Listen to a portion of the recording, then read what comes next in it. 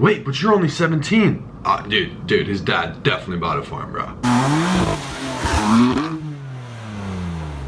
What's going on, everyone? Hayden here, coming back at you with a brand new video. And in this one, I'm going to be breaking down the cost, well, everything it costed me to buy my M4. About 2.5 months ago, I picked up a BMW M4. I'm going to talk about total cost of the price, just all the money I've already put into it, what the payments are, what I'm projecting, just everything I put into it, what it's costed me, or what it still cost me to own my BMW M4 at 17. Now, this definitely is a fun car. I really enjoy it. That's why I got the car. I had rented it out in California. I'm gonna explain a little bit more about that and why I got it a little bit later in this video. But just shipped it out here, so I'm finally able to drive it. I had it in Minnesota, which is where I grew up, for about 1.5 months to 2 months. I bought it like 2.5 months ago, and I wasn't really able to drive it there. So it's like you never had traction. It was always cold, always snowing, so wasn't able to fully drive the car. I'm just gonna go through and kind of break down a couple of the costs and things behind it, because I know a lot of people have been asking, and I guess it's really cool to get something like that at 17. So just wait for the next car, though. That's all I can tell you.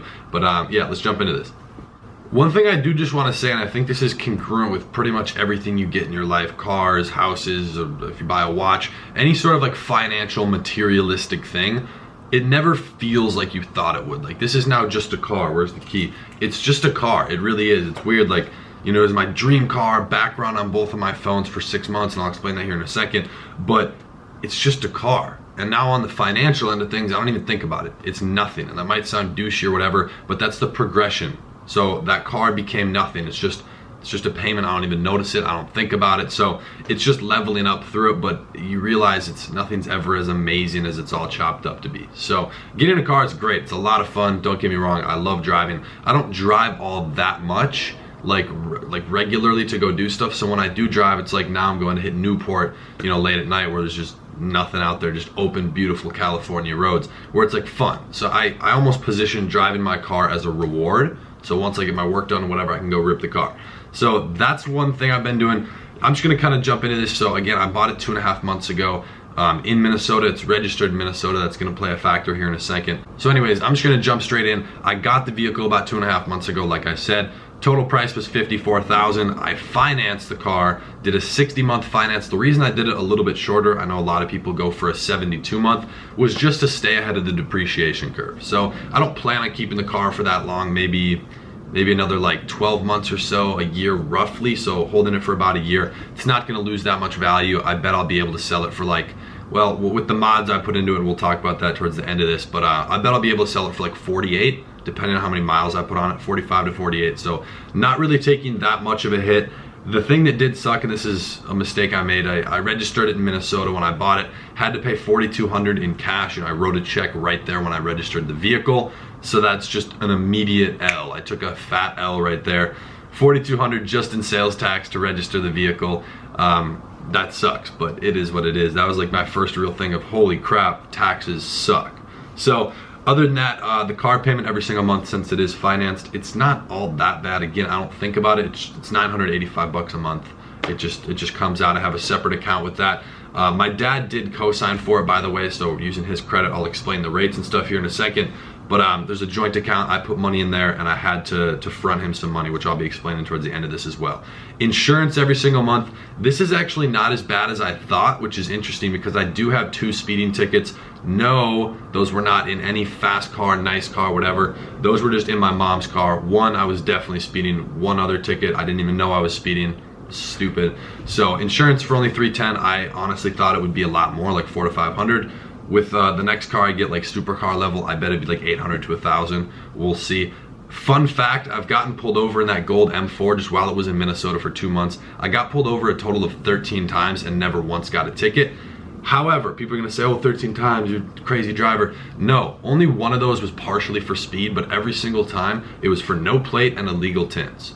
So nothing I could do about it. I didn't even have plates. I bought custom plates, which is actually a cost we're gonna go through in a second. But the illegal tints, I bought the car out of state, so I have 6 months to change that. I'm not keeping the car in Minnesota for 6 months. I just shipped it out to Cali, where in California, that level of tint is legal. So didn't wanna switch that.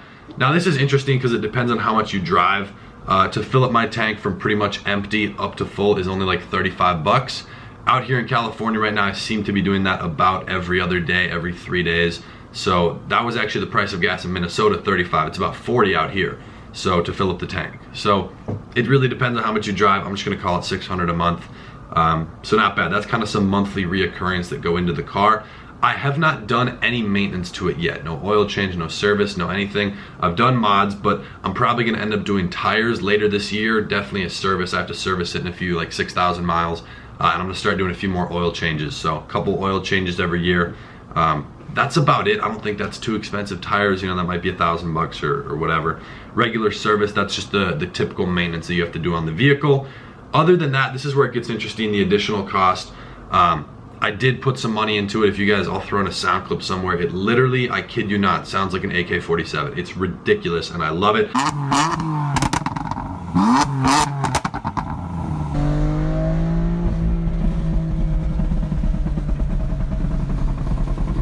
I put in the tune. That was $1,250 to buy the tune. That's basically a tablet with the software, and you plug it into like the computer of the vehicle and change its memory basically, or I don't even know. So from there, I also got Catless Downpipes from Fab Speed, if you guys know cars. I paid $850 for those and $1,200 to install it, which sucks. I should have gone to a cheaper shop, but quality over money for sure. And then I did carbon fiber paddle shifters. So instead of the little baby paddles they have, I got nice big carbon fiber paddle shifters. I only paid $200 for those. Honestly, I bought these before I even got the car. So I purchased the car. By the way, I purchased the car without having ever seen it, which was interesting. I just didn't have the time to go down to Florida to look at it. So I bought the car, they shipped it up, and while it was being shipped, I bought the paddle shifters. So that's how excited I was. One thing I do want to say is both of those were heavily discounted. So I have a ton of friends in the car industry. This would have normally costed me about $2,000, and this would have costed me about $1,500.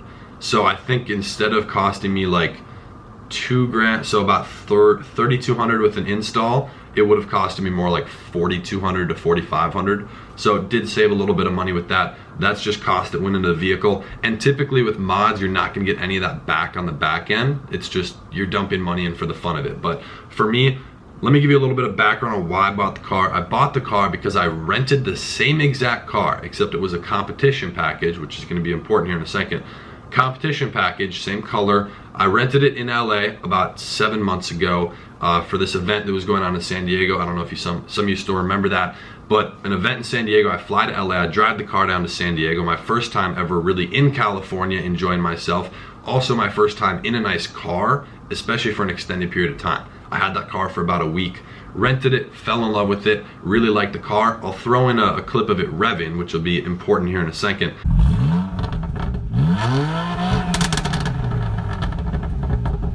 Because when I got my car, it didn't sound like that. I didn't realize that there was a difference between the competition package exhaust and a regular, you know, stock car exhaust. I didn't know there was a difference. So I get in, warm up the car, start driving it, let it off, no crackles. I was like, yo, what? Make sure it's in Sport Plus.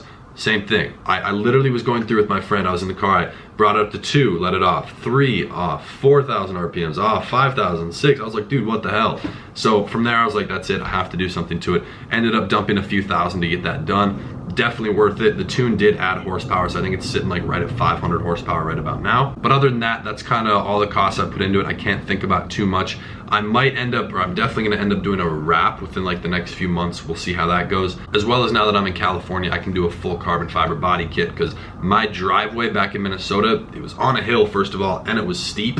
So it's like, my lip would scrape normally anyway, so I couldn't get like a front carbon lip or anything. It would just get ripped off. So I'm gonna do a full carbon body kit on there or something at some point, probably once I get another car. So we'll see what happens with that. I'm not really rushing to get into another vehicle. It's not the money. I'm just gonna get a car once it doesn't matter. So have other costs coming up, other things I wanna do, multiple properties. You guys will be seeing that just over the next few weeks, next few months and everything. So that'll be fun. That's a little bit more interesting to me than just having a car payment. So would rather focus on the business end of things, just make sure everything's set with that. But that's essentially what it cost me to own the M4. I did give my dad $10,000 cash up front to make him feel a little bit more comfortable with it. So that's another expense that was out of my pocket. He did co-sign for it.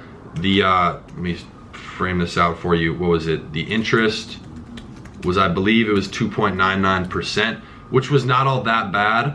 So that's what we got the financing for, not a crazy interest rate. I'm not sure what I'm gonna end up doing when I turn 18 this next month. I might transfer the vehicle fully into my name. Just on the loan end of things, I am the primary on the title because it's my vehicle and the insurance is under my name. So my dad has a perfect record on insurance, didn't want it to be under his because at least the way we were planning on structuring it, it would have affected his insurance if I had crashed it. So, which I'm not gonna crash, I'm an amazing driver, but at the end of the day, you can't control that, someone else could hit you.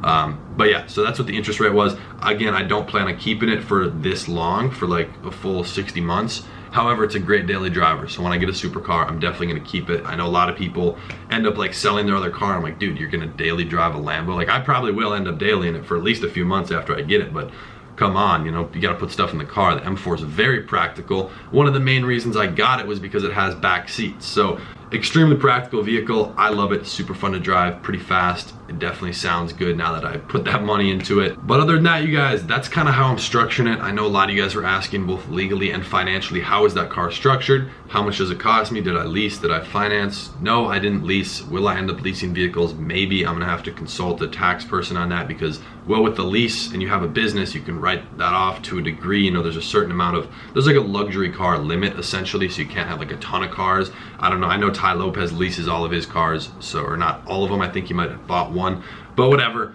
I'm gonna see how I can structure that, but for this vehicle, that's what it cost me. Again, I did have to put the $4,200 for tax right away, which sucks, 10 grand to my dad, and then the monthly payments so far, plus all the stuff with the mods, so probably looking at right around 20,000 so far, and then now it's just gonna be like, probably, I'd budget about, I say 1,500 to 2 grand a month for the vehicle, not including any maintenance or stuff that's gonna need to be done here just in the next few months. So that's what's up with that. If you guys have any other questions about the car or whatever, or anything else you want me to break down, definitely let me know in the comments down below. And with that being said, you guys, I'd appreciate it if you drop a like down below. And of course, join the family, join the gang by hitting that nice looking subscribe button. And I post every single day, so I'll be seeing you guys tomorrow in the next one. Peace.